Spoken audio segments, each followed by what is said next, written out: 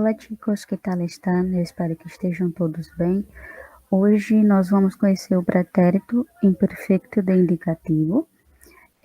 Esse pretérito ele é bem simples, certo? Então essa aula vai ser curtinha, vai ser simples. Eu acredito que vocês vão entender tudo bem facilmente, tá? Então, para começar, eu trouxe aqui para vocês duas capas de dois livros, que em português, essas histórias nós conhecemos como contos de fadas, né? E em espanhol a gente vai falar que são cuentos de hadas, tá? E eu trouxe aqui para vocês La Bella e la Bestia e La Cenicienta, que são os nomes em espanhol que é dado para a Bela e a Fera e para a Cinderela, tá? Por que eu trouxe essas duas capas aqui? Para introduzir essa aula, eu trouxe para vocês também, além dessas duas capas, dois fragmentos, um fragmento de cada conto desses, tá? Um fragmento de La Bella e la Bestia e outro de La Cenicienta. Por quê? Porque geralmente, quando nós lemos essas histórias, nós podemos observar que há uma presença de pretéritos imperfeitos, tá? Isso acontece tanto em português como também acontece em espanhol. E a gente vai entender o porquê disso. Ele pretérito imperfeito de indicativo, ele pode também ser usado em narrativas para falar sobre situações do passado que aconteciam com uma certa frequência, ou para descrever pessoas, coisas, lugares, certo? E a gente vai ver isso mais detalhadamente em breve. Então, trouxe aqui para vocês dois fragmentos, né? Um fragmento de cada conto, e eu vou ler, vou explicar para vocês o que significa, e à medida que eu for lendo, eu vou marcando aqui na tela para vocês os verbos que estão em pretérito imperfeito, ok? Então vamos lá. O primeiro fragmento, certo, del cuento La Bella y la Bestia. Então, con el tiempo, Bella comenzó a sentir afecto por la bestia. Se daba cuenta de lo mucho que se esforzaba en complacerla y todos los días descubría en él nuevas virtudes. Então, só para lembrar aqui antes de traduzir, que geralmente esses contos eles podem sofrer variações, certo? Então, pode ser que um conto de uma editora, vamos dizer assim, seja diferente do filme que foi feito sobre a Bela e a Fera, certo? Então, só para lembrar que os contos de fadas geralmente eles podem sofrer algumas variações, certo? Então, aqui, o que significa esse trecho? Antes eu vou marcar logo aqui para vocês os verbos, certo? Vamos deixar aqui os verbos marcados e eu vou traduzir para vocês o fragmento. Então, aqui, esse fragmento da Bela e a Fera, aqui ela já começa a se apaixonar pela fera, né? A Bela, aqui no caso. Então, com o tempo, Bela começou a sentir afeto pela fera. Ela se dava conta do muito que ele se esforçava em fazê-la feliz e todos os dias descobria nele novas virtudes. Então, aqui em espanhol, nós temos se daba, se esforçava e descobria, tá? Por que eu marquei o se também, o pronome se, em daba e esforçava? Porque aqui vocês vão estudar mais futuramente, tá? Se daba é como se fosse um verbo só, porque aqui é um verbo pronominal, dar-se. E se esforçava, esforçar-se, certo? Então, por isso que eu marquei o se também. Mas aí vocês vão conhecer esses verbos pronominais futuramente. Vamos focar aqui em daba, esforçava e descobria. Esses três verbos, eles estão em pretérito imperfeito de indicativo, certo? Então, guardem aí na cabecinha de vocês, a gente vai ver já como fazer a conjugação nesse pretérito. O segundo fragmento, né, de la Cenicienta, e aqui vai existir, aqui nós temos a explicação, certo, do porquê esse nome, Cenicienta. Então, vamos lá. Era ella quien hacía los trabajos más duros de la casa, y como sus vestidos estaban siempre tan manchados de ceniza, todos la llamaban Cenicienta. Então, traduzindo aqui. Era ela quem fazia os trabalhos mais duros da casa, e como seus vestidos estavam sempre tão manchados de cinzas, todos a chamavam de Cenicienta, certo? Então aqui é bem diferente a tradução, né? No caso, nós conhecemos como Cinderela.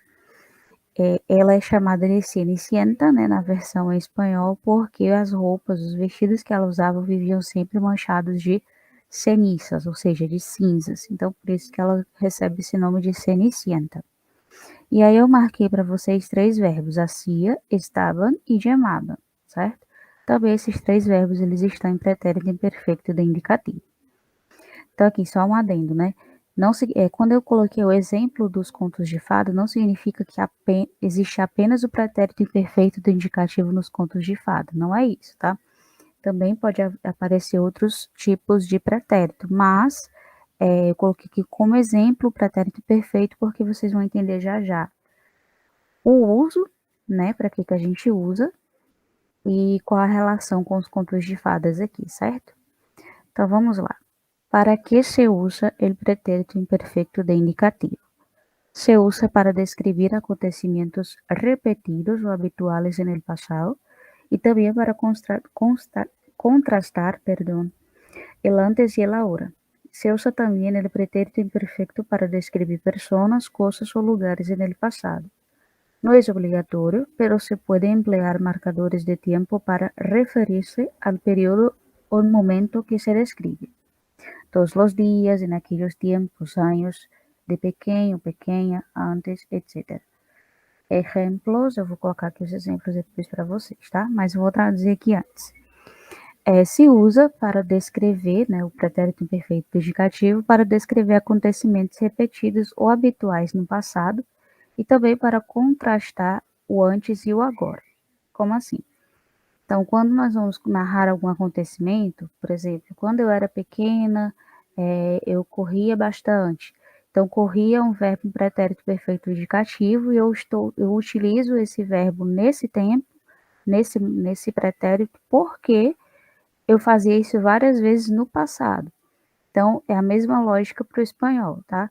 Quando eu vou falar sobre alguma coisa, narrar alguma coisa que acontecia no passado repetidas vezes, eu vou usar o pretérito imperfeito do indicativo. Eu vou colocar o exemplo, tá? E também para contrastar o antes e o agora. Quando nós vamos fazer uma comparação, né? Por exemplo, como eu era antes e como eu sou agora. Então, antes eu estudiava todos os dias. Hoje só estudo três dias, em 3 dias. Então, por exemplo, estudiava, né? Eu estudava, ou seja, eu fazia isso antes e agora eu estudo em menos dias. Então, um exemplo, tá, gente? Um exemplo que eu criei agora. Mas nós vamos ver outros aqui. Seguindo, se usa também o pretérito imperfecto para descrever pessoas, coisas ou lugares em passado. Então, quando a gente vai ler um conto de fadas, geralmente nós vemos descrições de pessoas, coisas ou lugares, certo? E essas descrições, elas são feitas no passado, utilizando o pretérito imperfeito do indicativo. Então, nós podemos ver nos contos de fadas o pretérito imperfeito do indicativo nesse sentido aí, de fazer descrições de pessoas, de coisas, de lugares, certo?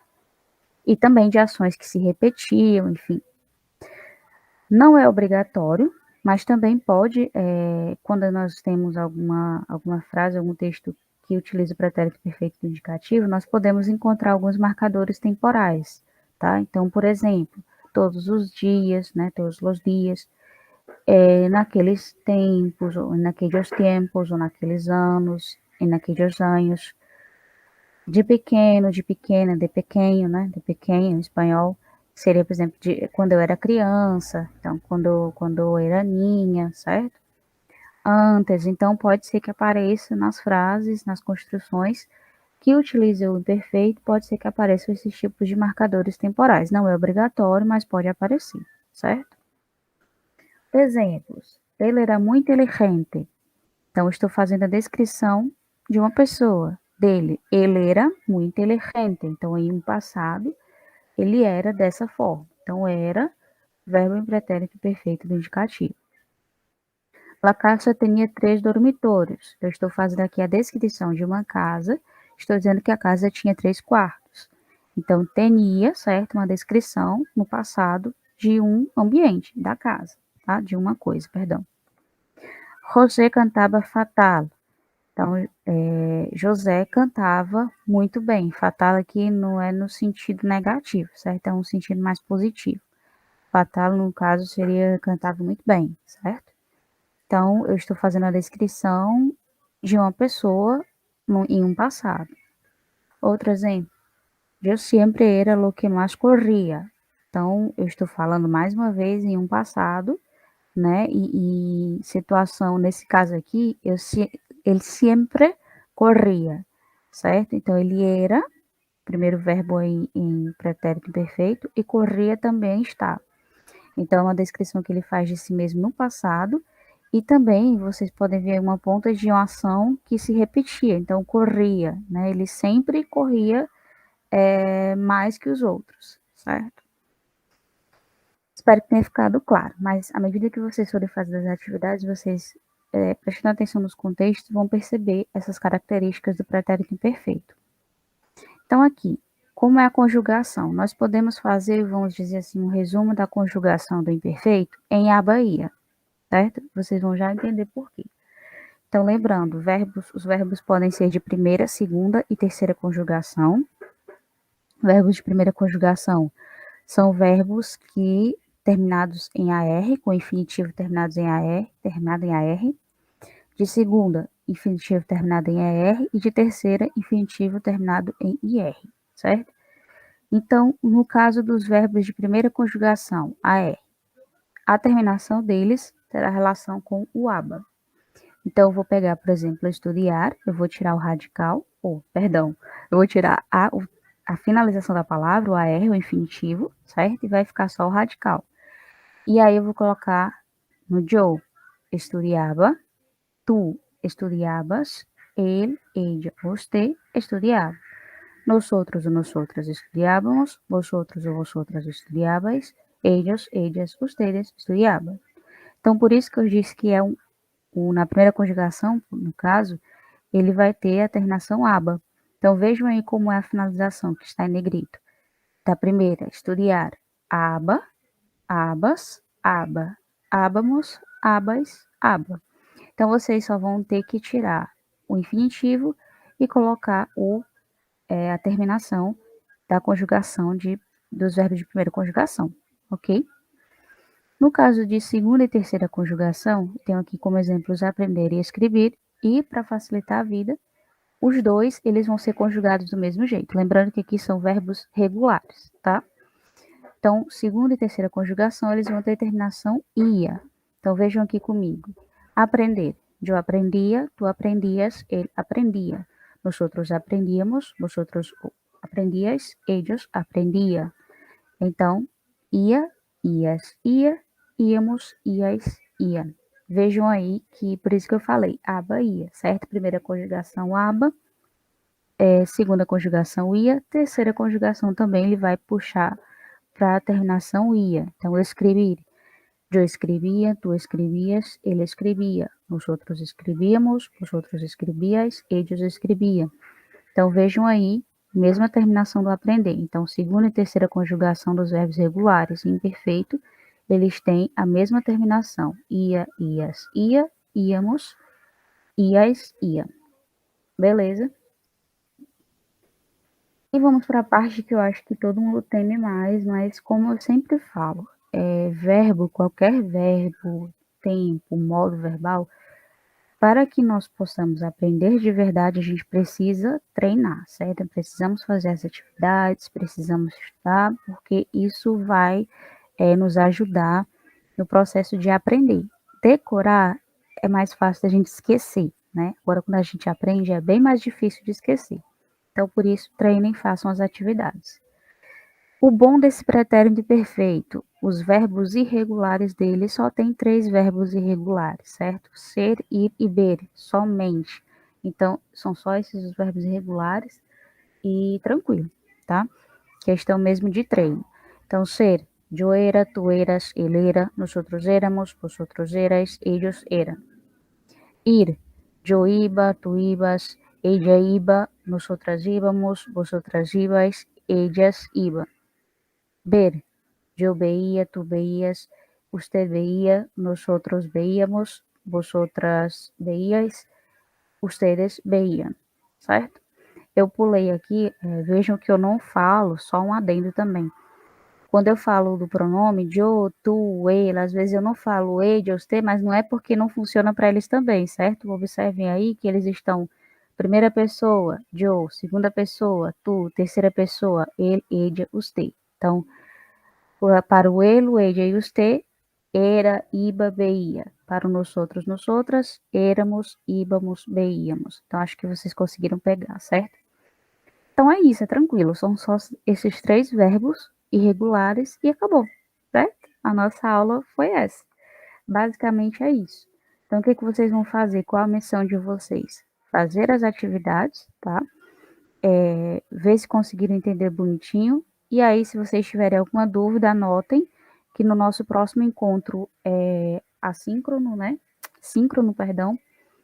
Aí eu posso tirar as dúvidas de vocês, certo? Falar um pouco mais sobre o assunto, enfim, nós vamos praticar um pouco mais esse conteúdo, beleza?